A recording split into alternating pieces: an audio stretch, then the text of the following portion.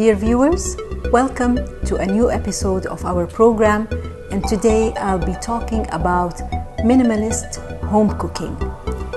So what is it, and what are the steps that may help you become a better minimalist home cook?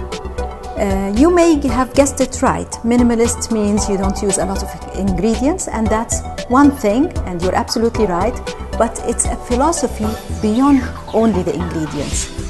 It's minimal of everything.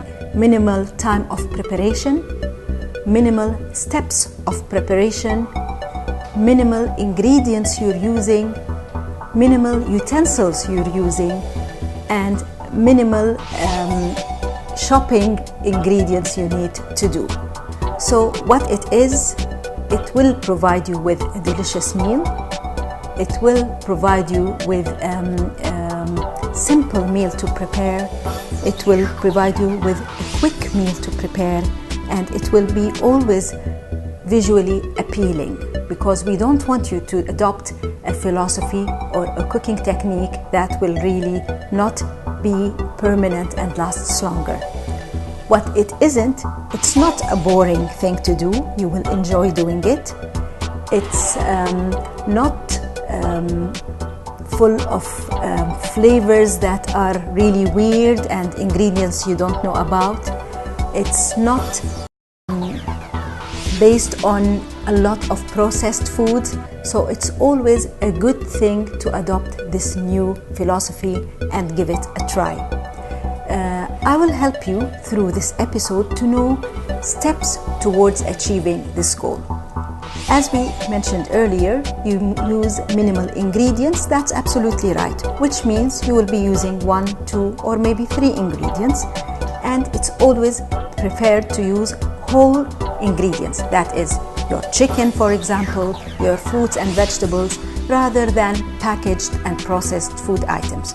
So this first step will support healthier food choices if you really go with whole foods or single ingredients foods. Please stay tuned and you'll know more about this really interesting cooking techniques.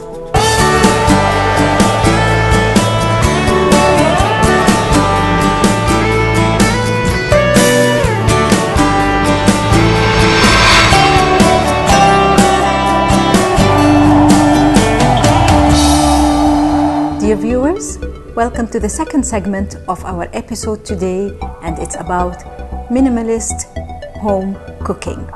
So we talked about the ingredients and to use less ingredients, 2 or 3 maximum, and this really works. Now we need to flavor these ingredients, and we usually tend to use really strange flavors. I just want to ask you, how often do you visit your herbs and spices cabinet? Do you really store things and label them properly? Do you really check the expiry dates? Are you the one who does that, or probably the help like most of the people here? This is very important for you to know, that we really tend to overcrowd our cabinets with spices and herbs.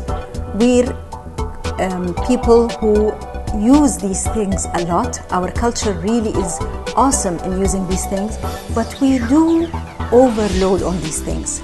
We don't check expiry dates, and we really bring things in duplicates, and we bring things that have the same flavor or the same health benefit. So probably if you clear up your cabinet, check things at least once annually. This is the minimum you can do, and probably stick to simple flavors that will add value to your meal that was prepared with minimal ingredients. Another technique or a step that really helps you move towards this cooking philosophy is, again, to use your cooking utensils properly. Also, we tend to overbuy all these fancy pots, fancy pans, fancy casseroles, and every time we visit a shopping center and we see something new, we get it. This is really not the right thing to do, because you will be using just a few of them. If you really do the right purchase and you use what you really need to do, this will help reduce the clutter. Try to label your cabinets it will be easier accessed if you have fewer things. If you have more, I would recommend, if you don't use them, donate them. That would be much better, and stick to what you really need. Please stay tuned, and more to come shortly.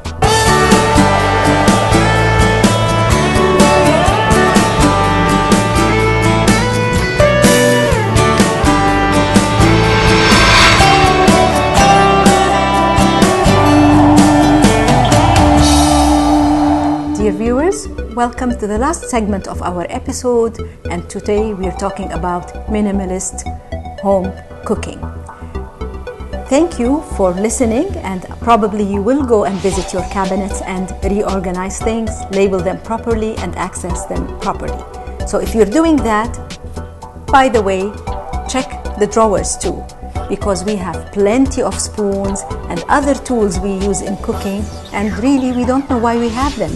So make sure you keep the things you need.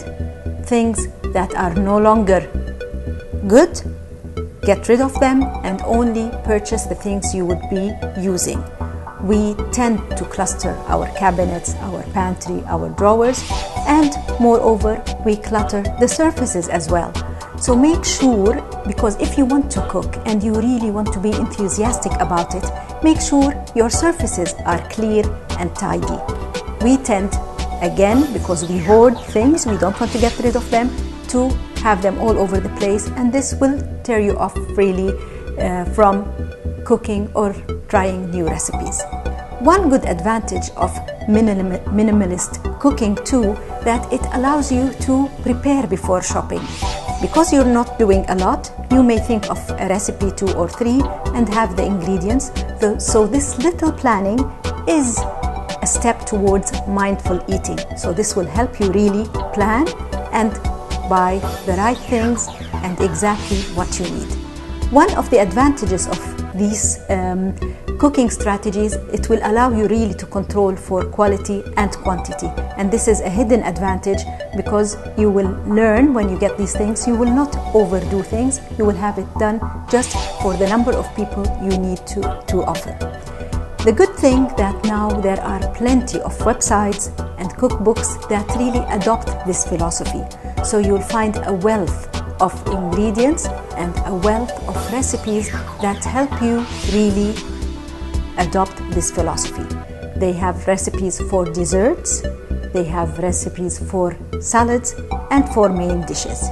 If you are new to this technique, I would recommend you start with the salads, because you can have 3 or 4 items, minimal herbs, minimal utensils, and you will start really loving what you do.